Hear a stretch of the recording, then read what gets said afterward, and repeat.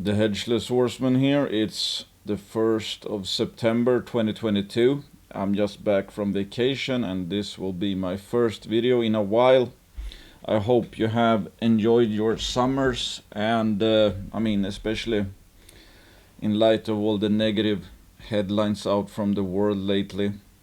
I thought it was a very good thing to get some kind of break from the markets because again it's hard to be positive about the future, etc., given all the negative headlines you see almost every day about skyrocketing electricity prices and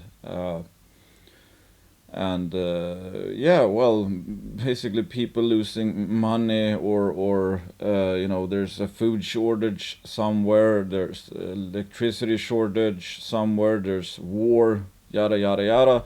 But of course a lot of the things we read on the news do not affect us directly but indirectly. But anyway, it's very hard to stay positive when you see all the troubles of the world every day. So it was very refreshing. I haven't really done a trade in like, I don't know, 2.5 weeks now, I think. I simply don't see much stuff to do because everything I own pretty much I consider to be cheap. And those are my only requirements for buy and sell. I mean, sell something if you find something that is even cheaper, obviously. But momentum trading and market timing has never been a thing of mine, and I think it's a poor way to go about things. But if you look at Twitter, of course, I mean, there's typically the same people that are crying and talking about how poor the gold and silver price is doing and how poor the mining sector is every day, especially on a down day, obviously. But it's like a few days of an uptrend and they're back to kind of bullish and talking about the next target higher, etc. So I don't understand how you cannot be really affected by that if that's 90% of what you see is momentum traders and people expressing their sentiment. I mean, there's never really much talk about valuations or anything like that. And of course, I mean, most people, I don't well, statistics show that vast majority of people do not beat an index in the long term. But of course everyone will give their advice or tell you what they're doing because they well, I guess, like to hear themselves talk and seek to get some justification. I mean, everybody wants to justify what they're doing. If someone is selling low or selling cheap, I mean, every action we do, we justify it in some way. So I mean, I found myself lately, for example, I've seen a lot of people talking about uranium and uranium juniors, and they're going up and they're going up, and everybody, tries to whip everyone else up to a frenzy to buy because they're gonna go up more. Of course, I mean, what everyone wants to do is, uh, buy buy my shares so I have a bigger paper profit. But I don't see much in terms of like they're still cheap or whatever. They might be still cheap. I have no idea, but typically people buy stuff, of course, because they think that something is going to happen that will make them go up in the short term. And I've thought for quite a long time that a lot of silver juniors were pricing in a higher silver price than the current one. So that, in my opinion, a lot of silver juniors had a speculative premium put on them that they because people bought and were willing to pay more for silver juniors because they had higher expectations of in terms of the future silver price.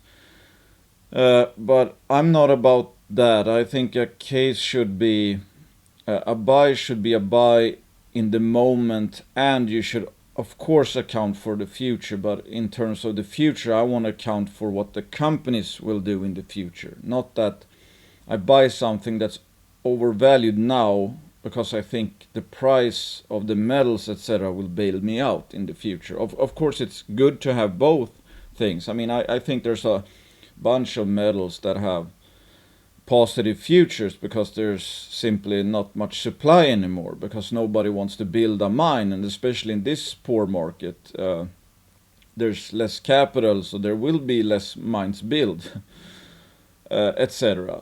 But I think that goes for a lot of different metals. It's like for the very long term, I would actually rather own copper than gold because copper is consumed more, and nickel and stuff like that. But I simply think that before the very long term is here, I think we're gonna have some kind of financial catastrophe, which appears to be playing out right now. I mean, there's some really, really dark headlines out of Europe, especially due to the energy crisis. And I've seen headlines in Sweden where energy company warned their customers that some households, I'm assuming like houses, villas, could see electricity bills up to 40,000 Swedish kronor in the coming winter, and that's more than the median monthly salary in Sweden. So you can just imagine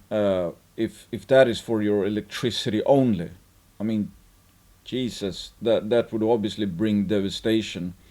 It's not a certainty that will happen, but it of course will not be. If we get even close to that, that's going to be a major disaster, I think.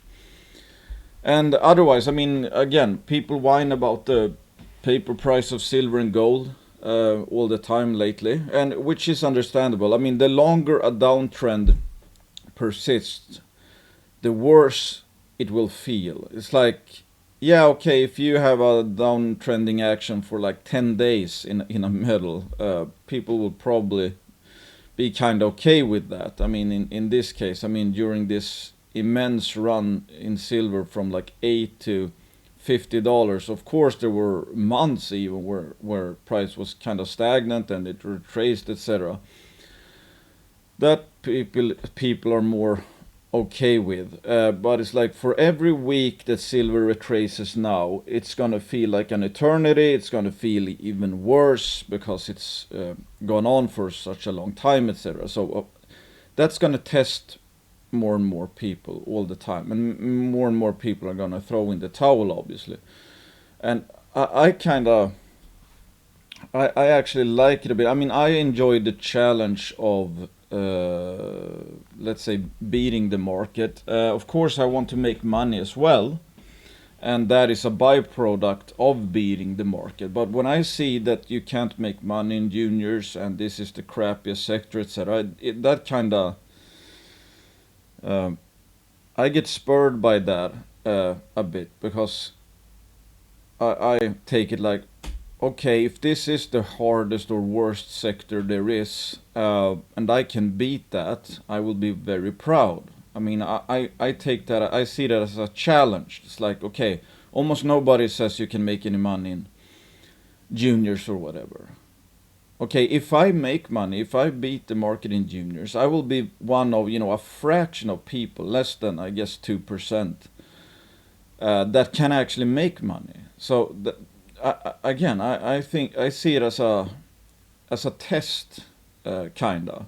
I mean, of course, it would be a lot easier and perhaps more profitable if you had, quote, an easy market. I mean, the stocks, I mean, like we've seen in the broader market, stocks have only gone up for like 13 years until now.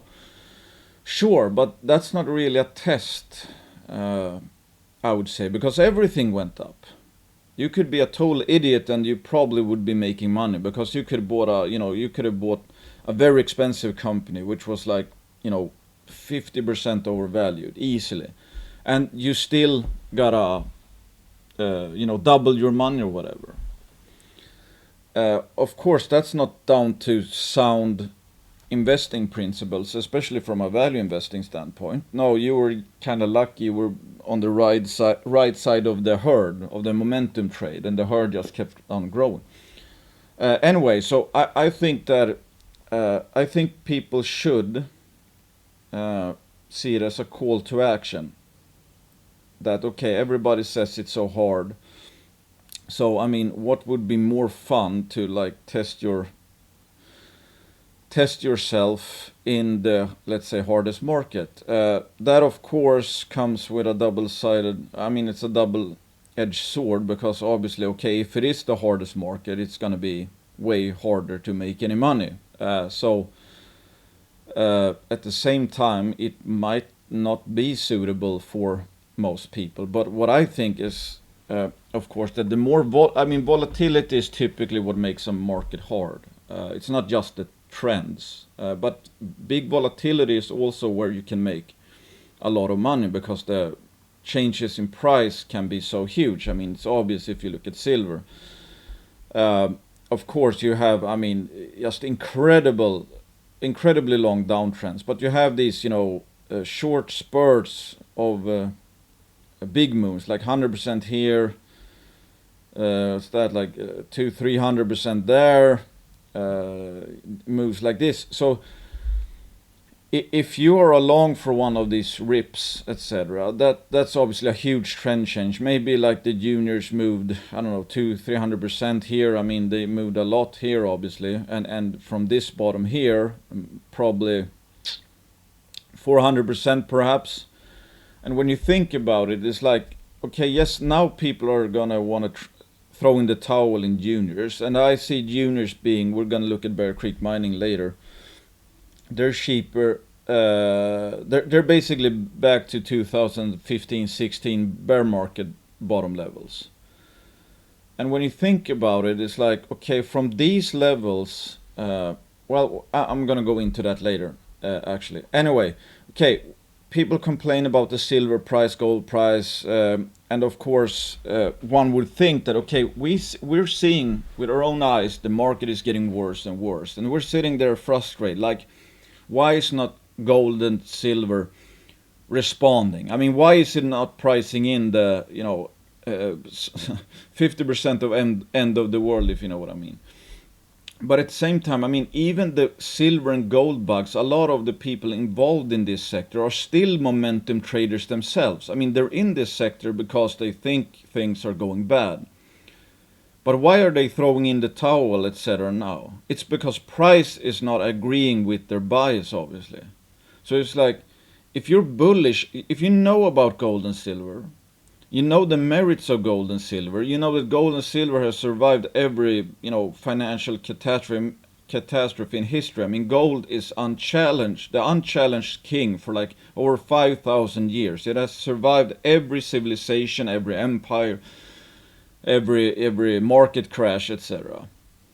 So you don't have one example really where gold has not made it out as the top dog when in the aftermath, when everything is settled. But still, that price right now is disagreeing with that idea, makes people sell. So why on earth would the masses be buying if the gold and silver bugs are even more inclined to sell right now? No, almost everybody is a momentum trader at the end of the day.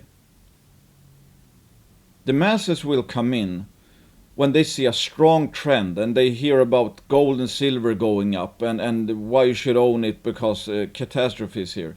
But when price is disagreeing, the narrative is completely different. You see people say that gold and silver is of the past. Some people claim that Bitcoin and cryptos are the future, etc.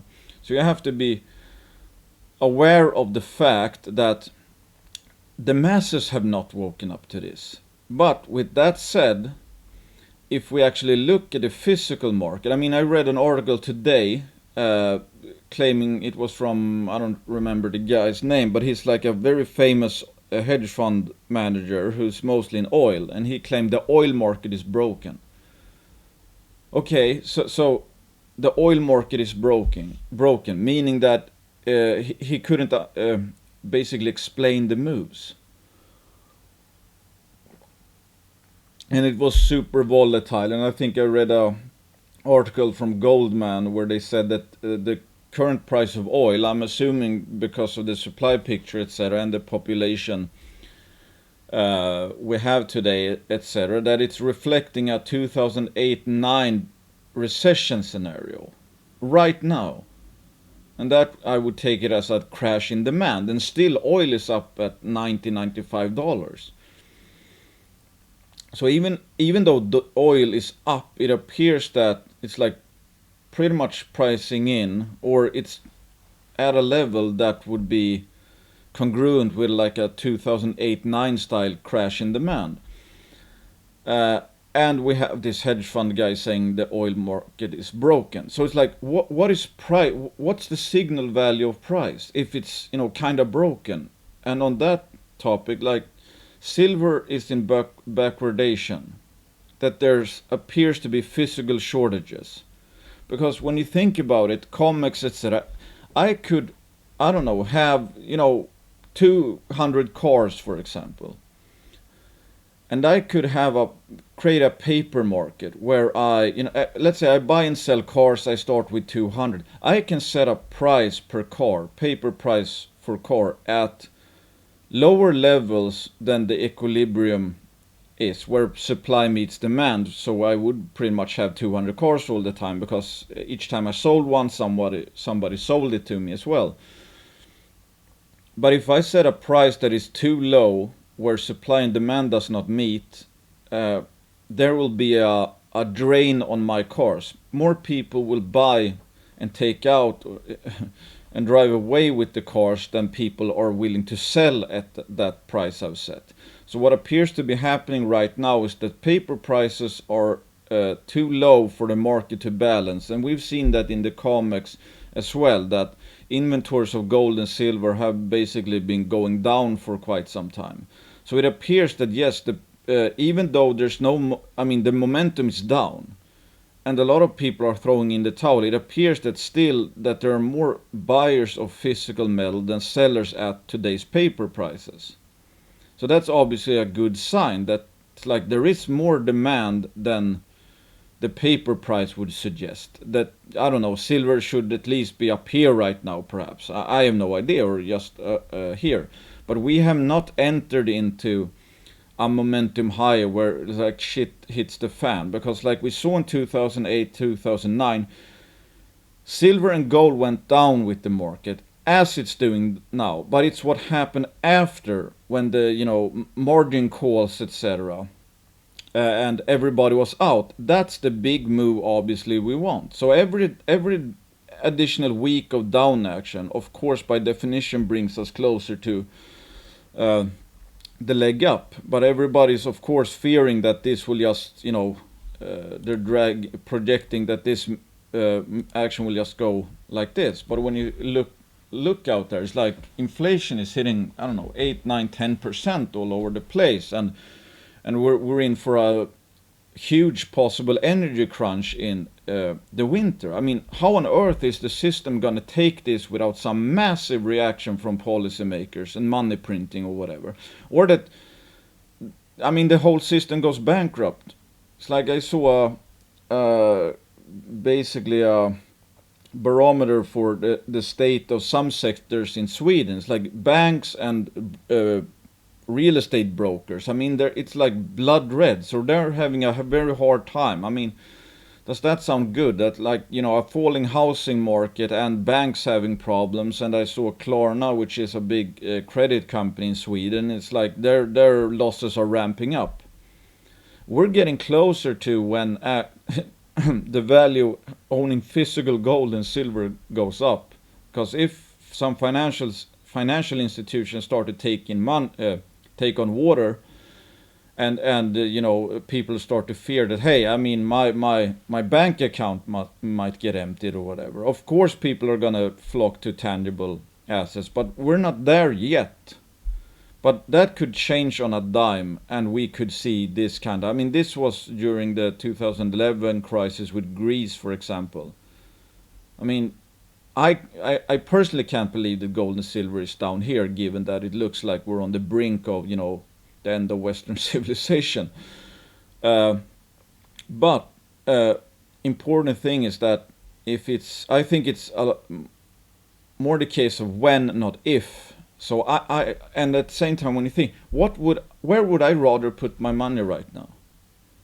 Would I be comfortable having it all in my bank account? The Swedish krona is like depreciating at a rapid pace versus a lot of the currencies. And at the same time, we have like 8% inflation or something. And we might have one of the worst winters for energy prices ever. I don't feel safe in anything really other than gold and silver. And, perhaps oil, nickel, and stuff like that. We have there appears to be an arbitrage for the Shanghai. I think it's the Shanghai Gold Exchange. The price in the east is now $20 higher per ounce in China than at COMEX. Also, I mean, they're mostly. I think they've done some moves that made that market very. I mean, almost totally physical. I think physical driven. So that's suggesting that there's more demand than meets the eye, and the price again for the physical stuff in China is higher than where gold is now. So again, if the oil market is broken, we've seen what happened with the price of nickel a few months back. I mean, it's all smoke and mirrors right now. It appears that everything is broken and getting worse. So I don't trust anything right now, and I also know that any metal can turn on a dime.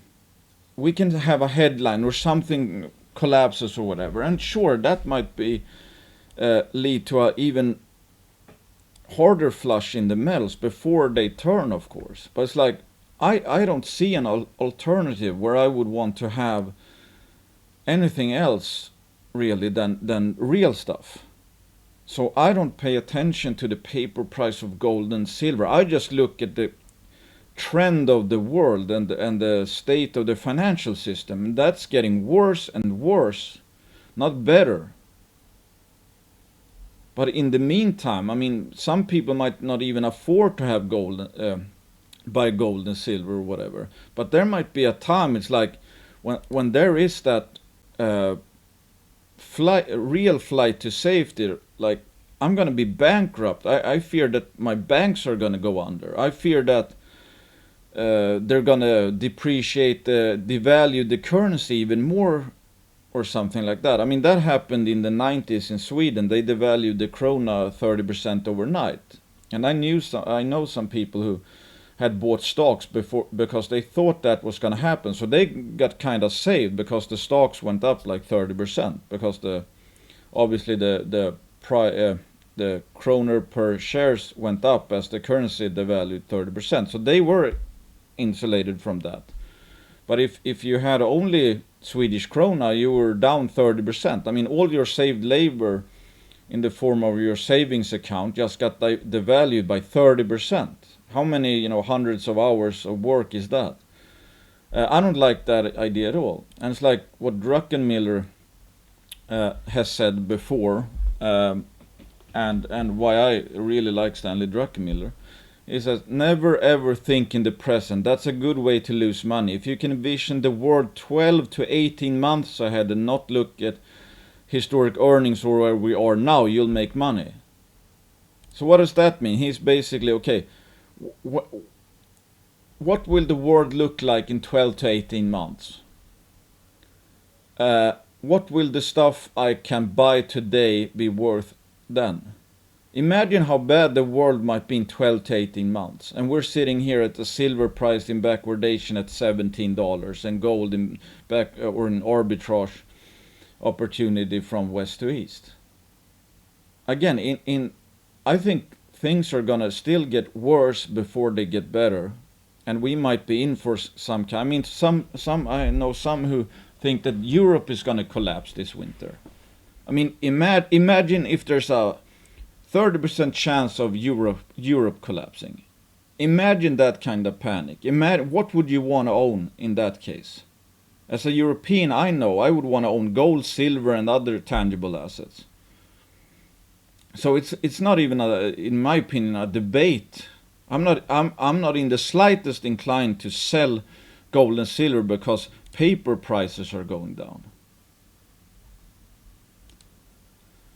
And of course, I mean, there's nat gas is going up, other metals are going up, like uranium, etc. But and I find myself like I'm getting FOMO. I'm seeing, as falling silver price or falling gold price, gold and silver juniors are down, and I see people on Twitter celebrating about uranium and lithium and all this stuff. I mean, I own some, not a big portion, but it's like if I find myself getting, the fear of missing out, I want to go out and buy uranium and lithium because everybody's talking about it. I mean, obviously we're closer to a top in that market than a bottom, and the opposite is true in gold and silver, where everybody's like selling out their gold silver juniors, I think, to sell or to buy lithium and uranium and what have you. But it's like when I think about, okay, why would I be buying? I would simply be buying because I think people are making money in that, and I want to make money in that, and I think they're going to go higher. I don't have time to do big due diligence and, really understand what the value is of a lithium miner or uranium miner to take a sizable position. No, I would just be a momentum trader that seeing the herd move in one way, and I want to join that herd. I might be buying the exact top, so that kind of I check myself like, no, you're just FOMOing. You want to get into some other metals because they are working, but in that case I would have to sell some, let's say, gold and silver juniors. Okay, so why would I be buying and selling? I would certainly not be selling gold and silver juniors because they were overvalued or expensive, because they're absolutely dirt cheap. It's like I looked through some juniors today and like, oh geez, I mean they're basically at 2015-16 valuations. I mean I see companies with some cash and like pretty good projects, they're down to like a market cap of $5 million. I mean, so that just made me increasingly bullish. I'm like, I gotta get some more money to buy all these juniors, because when things turn, I mean, they can easily go up several hundreds of percent like they do from every bottom. So again, it's like, check yourself. Why are you selling what you are selling? Because we always want to justify it. But when we think about it, it's like I would be buying a bunch of uranium and lithium stocks because price has gone up and people have been making money. Not because I knew they were undervalued. No, I would just be projecting the trend that I'm seeing, that the latest trend that they've gone up, and bet on, I think they're simply going to go up more. That's not value investing. And why would I sell gold and silver juniors right now? It certainly wouldn't be because they're overvalued or expensive.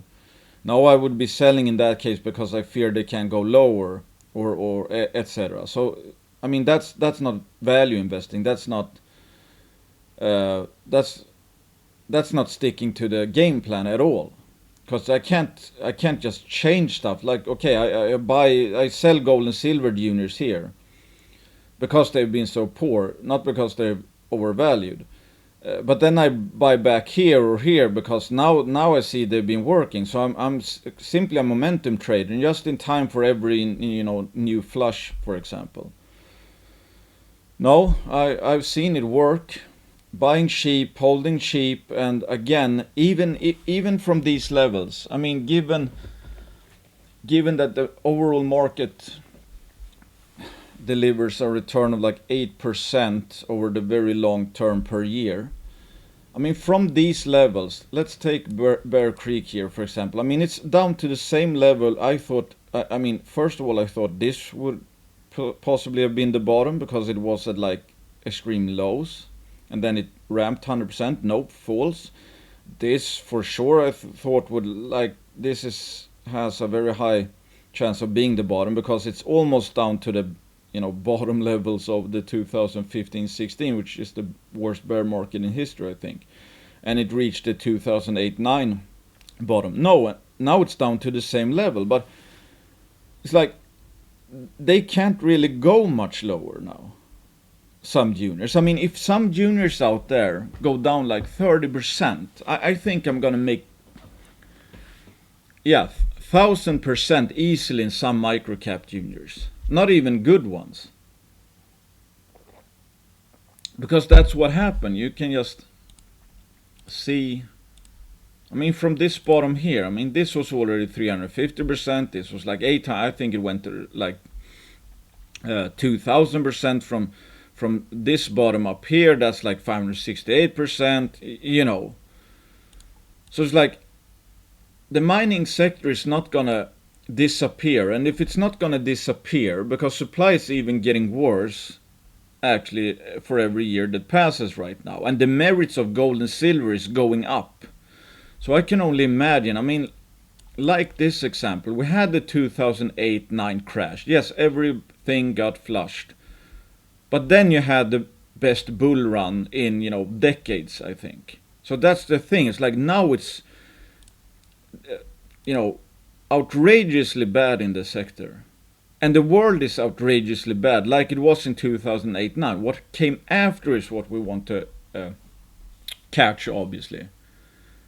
So I can't be selling down here and think that I'm being smart. I mean, I can walk away from projects that are pretty much for free almost, and then come and complain, how am I not making money in this volatile sector? Because you obviously like sold when it was brain dead cheap. So again, even if, I mean, if this is a 575% move, for example, how long should you be willing to wait for this to go up here? If the move is 575%, that would be like, I mean, more than 5 years. But that's not something people are willing to do. I mean, again, think about it. It's like, how long should you be willing to wait for a 200% return? That would also be around, I mean, more than 5 years probably. So do you think these juniors, it will take more than 5 years for these juniors to bottom and go up to 100%? I don't think so. I don't think so at all. I think we're in for something that's worse than 2008, 2009. And they're starting off at right now they are at these extremes bottom. I mean, if they go even lower, I mean, that's going to signal something again worse than 2008, 2009. So when the actual turn happens, and we have, going into the late stage of this economic catastrophe, I mean, I think it's going to blow this 2011 rally away. Sure, we might not be able to keep all the profits because, I don't know, the tax rate might be 70% at that point. But you know what I mean. It's like, makes absolutely no sense, because we've seen this before. When the system was collapsing, it brought everything down. And then the reaction brought everything up, and especially gold and silver. And now it's even worse than 2008, 2009. So imagine what the move is going to be when actually this thing, gold and silver bottoms, and the systemic collapse is well on its way, and people really get scared, and they see an uptick in gold and silver, and then the momentum traders come in, and then the masses wake up, etc., etc. So it's going to be the perfect storm in terms of momentum. And if we really go into some kind of Plaza Accord or monetary reset, of course you would want to own the stuff that's not in the currency. You would want to own something tangible, and I think foremost monetary metals. So I guess what I'm saying is like, I'm not. I don't think there's no debate. I'm not inclined to say. I don't care what the price. I don't care what the paper price of silver and gold is doing right now, when the whole system is on fire, and nobody really remembers a gold and silver bull, etc. because you're seeing shortages already. So imagine again, the trend will change someday, and then the momentum gets going, etc. So we're simply front running a future where this goes something like this, or maybe it goes something like this or whatever. Because there's pretty much no scenario in history where gold has not and silver has not performed well during a catastrophe. So if we're talking about whens and not ifs, gold and silver are the assets. Gold is the undisputed king over 5,000 years. And now people, like always, forget about it. I mean, in 2002, people declared that gold was dead around this time. You can see how dead it was. Not at all. But history is just repeating. History is just repeating, and the masses have no idea about gold and silver. Even the gold and silver bugs are basically throwing in the towel right now. That kind of, I mean, again, if the people who know about the sector, who knows about gold and silver, if they're throwing in the towel, why on earth would the masses be buying? No, they're not buying yet. They will be buying up, they will be buying when silver is up here or maybe up here or something. And at the end of the day, yes, I think silver will go even higher than, $50. So I think we're near one of these, let's say, monumental trend changes that starts small and then just keeps on feeding. But first we have to get through the 2008-9 type of flush where nobody wants to buy it and people get margin called, etc. But when the paper market breaks, let's say, that oil market has apparently already broken, I mean, I think more and more stuff is going to break. And who knows, maybe, I mean, in the nickel market, they halted the paper trading, for example. So I expect more things like that. I expect really dark times in the coming years. And I think that even though, and again, remember, I mean, this is in US dollars. I mean, gold price in Swedish kroner, for example, I think it's around the all-time high already. And silver is close to all-time high as well. So it's just that the dollar has been killing every other currencies, and that's what people are typically focused on, obviously. But gold is doing its job in most other currencies, and silver as well.